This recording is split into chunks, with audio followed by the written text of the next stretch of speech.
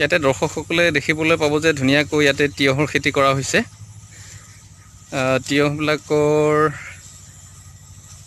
চাৰিওফালে চালে দেখা পাব যে ধুনীয়াকৈ ফুল ফুলি আছে, ফল লাগিছে। তো একেবাৰে তলৰ পৰা লাগে, একেবাৰে চালে দেখা পাব যে মাটিৰ পৰাই লাগিছে বুলি ক'ব পাৰি। গছজোপা একেবাৰে গুৰিৰ পৰা ফল দিছে। আপুনি কেনেকৈ তিয়হৰ খেতিটো কেনেকৈ কৰিলে? মই খেতি কৰিয়ে থাকোঁ আৰু এইবিলাকৰ কাৰণে এক্সপাৰ্ট হৈ আছোঁ। আৰু মই ভাবোঁ যে আমাক সঘনাই পইচা লাগে। এই খেতিটো হৈছে কম সময়ৰ ভিতৰত এটা উৎপাদন পায়। তিয়হৰ খেতিটো আপোনাৰ কিমান দিনৰ ভিতৰত ফচল দিব? 45 পৰা 50 দিনৰ ভিতৰত মোৰ এই ফল আহি গৈছে। গতিকে ডেৰ মাহ যদি অপেক্ষাকৈ এবিঘা মাটি তিয়হ খেতি কৰে, ইয়াতে মই লাইন পদ্ধতিত কৰিছোঁ আৰু জেং দিছোঁ। এইকাৰণে কম ঠাই, এই ওপৰলৈ গৈছে, কিন্তু মই যদি চাং দিলোঁহেঁতেন তেতিয়াহ'লে বহুত ঠাই লৈ ল'লেহেঁতেন। সেইকাৰণে মোৰ মিক্স ক্ৰপিঙত কোনো অসুবিধা নহয়। এইটো অমিতা পুলি দেখিছে, সেই অমিতা পুলিটো সেই লাইনত আছে। ঠিক তেনেকৈ 1 শাৰী 2 শাৰী মোৰ ভেন্দি আছে, নিজৰ খাবৰ কাৰণেও হয়, 2-4 কেজি বেচিবও পাৰোঁ। মিক্স ক্ৰপিঙত মই বেছি গুৰুত্ব দিছোঁ। ইয়াতে আপোনাৰ তিয়হৰ গছ কিমান জোপামান আছে ইয়াতে? ইয়াতে মোৰ এই লাইনত 1.5 ফুট আঁতৰে মই পুলিবিলাক দিছোঁ আৰু দুটা গুটি দিছোঁ। গতিকে দুটা গুটিৰ কাৰণে গছৰ সংখ্যা আৰু পোখাৰ সংখ্যাবিলাক বাঢ়ি গৈছে বা বৃদ্ধি হৈছে। তাৰ কাৰণে মই অধিক ফল পাম। ইয়াতে প্ৰত্যেকজোপা গছে কিমান কেজিলৈ প্ৰডাকশ্যন দিব বুলি আপুনি ভাবে বা পাইছে আগত? মইতো এজোপা গছে 10 পৰা 15 কেজিমান দিয়ে। মই সেইটো আশা এইকাৰণে কৰিব নোৱাৰোঁ, মই ইয়াতে ঘনকৈ লগাইছোঁ আৰু দুটা পুলিযোৰ মিনিমাম দুটা পুলিৰ পৰা মই 10 কেজি পাম। দুটা পুলিৰ পৰা 10 কেজি? এটা পুলিৰ 5 অলৰেডি মোৰ ইয়াতে 1000 গুটি সিঁচা হৈ আছিলে। 1000 গুটি সিঁচিছে আপুনি ইয়াতে। গতিকে প্ৰত্যেকজোপা গছে যদি 5 কেজি দিয়ে, 5 কেজিকৈ দিলেও এটা ভাল 5000 কেজি নহ'লেও 4000 কেজি, 20 টকাত বেচিলে 80,000 টকা। 1 বিঘা মাটি মোৰ এই মিক্স ক্ৰপিঙৰ পৰা এইটো আহি যাব।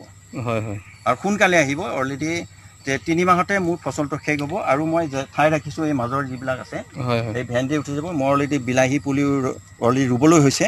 ইয়াতে মই মাটিটো পৰিপাতি কৰি লৈ বা মাটিখিনি শোধন কৰি লৈ মই আকৌ বিলাহী আৰম্ভ কৰি দিম। ইয়াতে তিয়হবোৰ বগাবৰ কাৰণে আপুনি বাঁহৰ আগ দিছে, কিছুমানে ৰছী দিয়ে, কোনটো ভাল হয়? ৰছী ভাল হ'ব নে?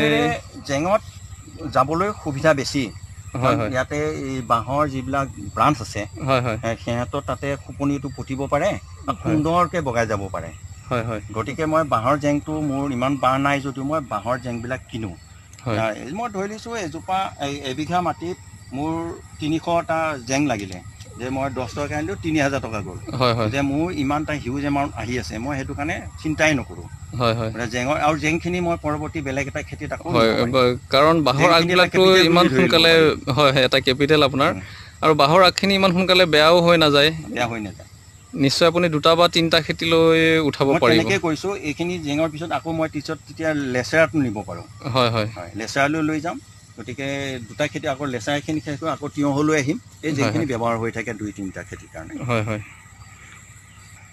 আপুনি লগোৱা তিয়হৰ জাতটোৰ নামটো কৈ দিব। ইয়াতে F1 জাতেই, কিন্তু বহুত ধৰণৰ নাম আছে। তথাপিতো মই পাহু জাতো কৰিছোঁ। পাহু জাতো অলপ চুটি হয় যদিও সফেদ হয় আৰু উৎপাদনো যথেষ্ট ভাল হয়। সেইকাৰণে মাটিটো মানে ই নাবাচে। অন্য জাতে হয়তো মোৰ মাটিৰ কাৰণে পাহু জাতটোৱে ভাল হয়। আৰু ইয়াৰ ভিতৰতে মোক হয়তো বেমাৰ আজাৰ এটা হয়, পোক পৰুৱা লাগে। তাৰ কাৰণে মই এটা কথাই কওঁ যে পোকটো লগাৰ আগতে, মই আগতে এটা ভিডিঅ'ত কৈছিলোঁ, প্ৰিভেনশ্যন ইজ বেটাৰ দেন কিউৰ।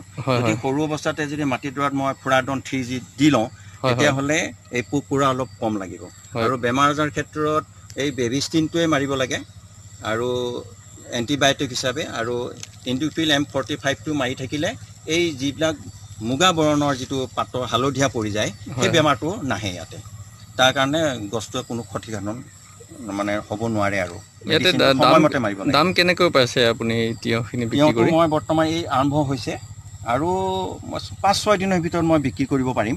এতিয়া মই মাৰ্কেটত সুধিছোঁ যে 30 টকালৈ বিক্ৰী হয়। গতিকে মই 15 পৰা 20 টকাটো মই হ'লচেল ৰেটত মই বেচিব, কাৰণ মই এইকাৰণে যাব নোৱাৰোঁ। মই খেতি পথাৰত লাগি থাকোঁ, বেপাৰী আহে, বেপাৰীয়ে ঘৰৰ পৰা লৈ যায় 2 পইচা কম হ'লেও। আৰু এইটো কাৰণে মোৰ 2জন মানুহ ইয়াতে শ্ৰমিক হিচাপে লাগি থাকে।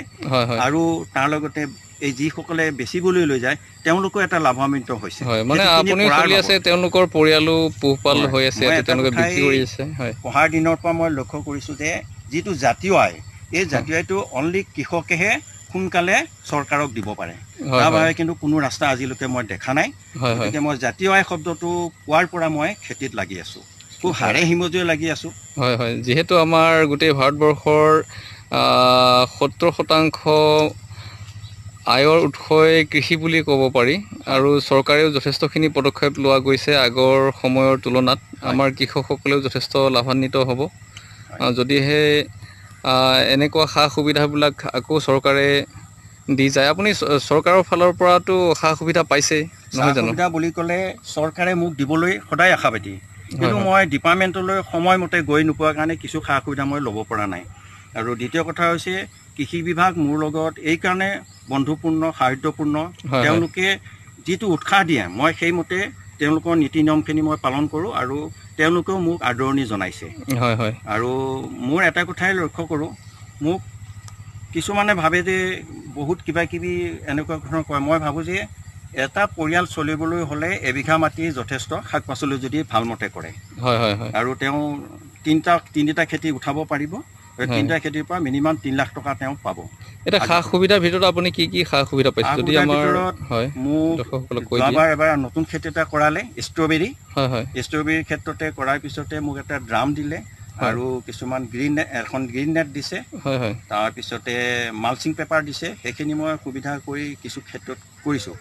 আৰু তেনেকুৱাই সা সুবিধা ধৰক মই ল'বৰ কাৰণে এইকাৰণে অপৰাগ, মই সময়মতে গৈ খেতিত লাগি থাকোঁ যেতিয়া, সময়ত মই গৈ নাপাওঁগৈ। ধৰক আপুনি যিখিনি পাইছে ধৰক সেইখিনি আপুনি সৎ ব্যৱহাৰ কৰিছে, তাৰ কাৰণে আমাৰ ভাল লাগিছে। আমাৰ কৃষক বন্ধুসকলেও আগুৱাই আহিব পাৰে, কাৰণ চৰকাৰে যথেষ্টখিনি পদক্ষেপ লৈছে। আমি তেওঁৰ পৰাও গম পাইছোঁ, বা আমি বিভিন্ন বা বাতৰিতো গম পাই আছোঁ। আমাৰ কৃষক বন্ধুসকল ওলাই আহিব লাগে, যিহেতু নিবনুৱা সমস্যাই গা কৰি উঠিছে। বহু শিক্ষিত নিবনুৱাই ঘৰতে বহি থাকিবলগীয়া হৈছে। যদি ওখ মাটি আছে বা নিজৰ মাটি নাথাকিলেও আপোনালোকে ভাড়াত লৈও কৃষি কৰ্ম কৰিব পাৰে, কাৰণ কৃষিৰ যিটো আয়, এই আয়টোৱেই আমাৰ প্ৰজন্মক আগুৱাই যোৱাত নিশ্চয় সহায় কৰিব। কাৰণ চাকৰি সকলোৱে পোৱাটো সম্ভৱ নহয়। এই কৃষিয়ে হয়তো স্বাৱলম্বী হোৱাত আমাৰ যুৱ প্ৰজন্মক আগুৱাই নিব বুলি মই ভাবোঁ। শেষত আপুনি কি ক'ব, যে যদি তিয়ঁহ খেতি কৰিব খোজে আমাৰ যুৱ প্ৰজন্মই, আপুনি কি পৰামৰ্শ দিব? হয়, এই খেতিৰ ক্ষেত্ৰত মই যিখিনি হাতে কামে লাগি আছোঁ, তেখেতসকলে মোলৈ ফোন কৰিব, নজনা কথাটো মই ক'ব পাৰিম। আৰু মই 96ৰ পৰা প্ৰগ্ৰেছিভ ফাৰ্মাৰ হিচাপে মই সন্মানিত হৈছোঁ, আৰু সেইফালৰ পৰা মই কৈছোঁ মোৰ অৰ্হতা যথেষ্টখিনি আছে। আপোনালোক যিমান পাৰি মই সহায় কৰি দিম। হয়, আমাৰ দৰ্শক বন্ধুৱে তেওঁৰ ফোন নাম্বাৰটো আমাৰ ডেছক্ৰিপশ্যন বক্সত পাব। তেওঁলোকে কিবা জানিবলৈ থাকিলে তিয়ঁহ খেতিৰ বিষয়ে, বা আমি আগতো এটা ভিডিঅ' কৰিছিলোঁ অমিতা খেতিৰ বিষয়ে, গতিকে অমিতা, তিয়ঁহ এই খেতি সম্পৰ্কে জানিব থাকিলে আপোনালোকে নিশ্চয় তাত ফোন কৰিব, আৰু তেওঁ যথাসম্ভৱ আপোনালোকক সমাধান দিবৰ কাৰণে চেষ্টা কৰিব। ধন্যবাদ। হয়, ধন্যবাদ।